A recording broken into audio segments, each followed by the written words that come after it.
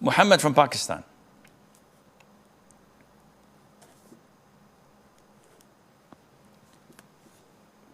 Muhammad. Assalamu alaikum. Assalamu alaikum. Alaikum salam wa barakatuh.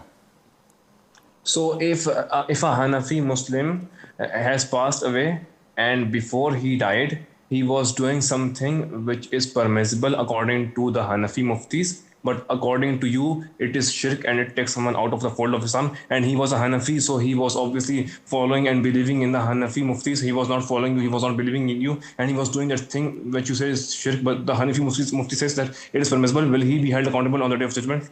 First of all, again and again and again, you are mixing oranges with apples.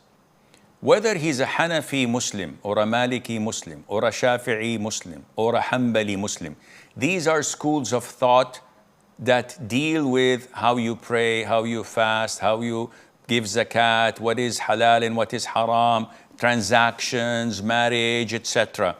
Things related to Sharia, not to Aqidah.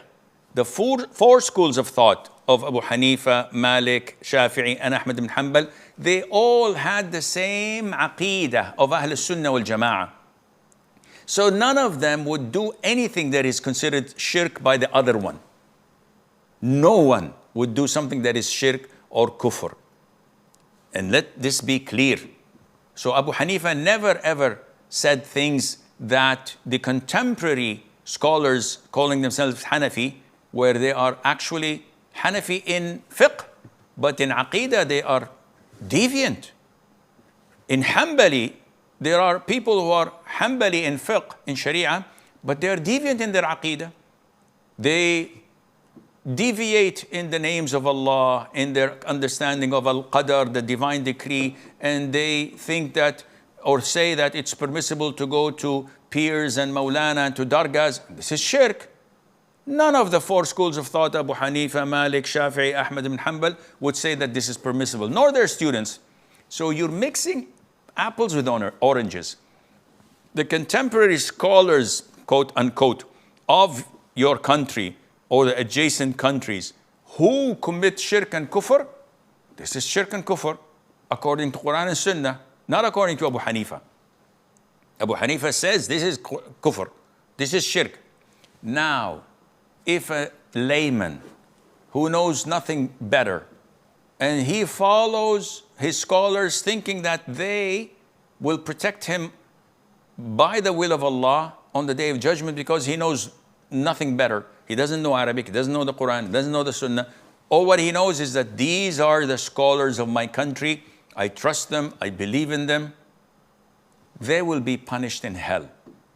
He, as long as he did what he had done, thinking that this is the best in my ability, Allah knows best. I don't know who's Sheikh XYZ, you're telling me, saying that these things are shirk. I don't know Asim al-Hakim. I don't know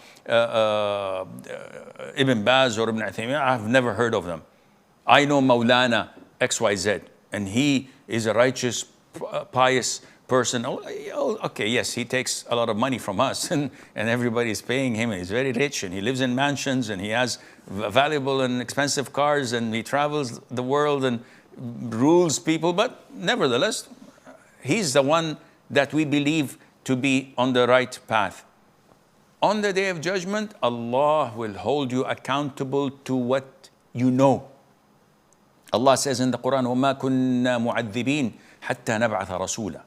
Allah would not torment a people until He sends to them a messenger to show them what is right and what is wrong.